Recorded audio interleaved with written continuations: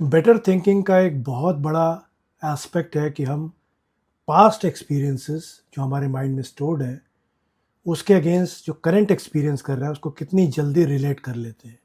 इसको थोड़ा डीपली समझते हैं। हमारे माइंड में लॉन्ग टर्म मेमोरी का एक रिजर्वायर होता है, जहाँ पे जितना भी हम जानते हैं फार्मूला, कॉन्सेप्ट, पैटर्न्स, एक्सपीरियंसेस, वो स्टोर होते हैं। जब हम कोई टास्क लेते हैं तो हमारी वर्किंग मेमोरी यूज़ होती है, और ये working memory long term memory से रेलेवेंट इंफॉर्मेशन को रिट्रीव करती है और फिर बैक सेव करती है। इस तरह से स्ट्रेंथनिंग होती है।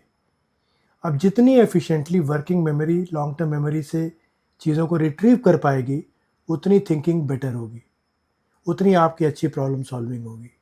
ये है न्यूरो साइंस वर्किंग और लॉन्ग टर्म मेमोरी का। So as a student you should try to consciously work on ये जो एस्पेक्ट है कि हम लॉन्ग टर्म मेमोरी को कितने एफिशिएंटली रिकॉल कर पाते हैं प्रेजेंट टास्क में।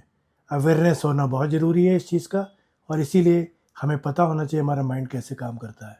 वर्किंग मेमोरी और लॉन्ग टर्म मेमोरी के बीच का इंटरेक्शन बहुत एफिशिएंट होना चाहिए higher order thinking skill develop करने के लिए, और इसीलिए हमने प्लेटफॉर्म पे वॉल्ट की प्रॉम्प्ट अलग से दी है, जिसका आप यूज़ करके देख सकते हैं कि how efficiently this is working, और ट्रेन कर सकते हैं अपने माइंड को इस थिंकिंग स्किल को लेके।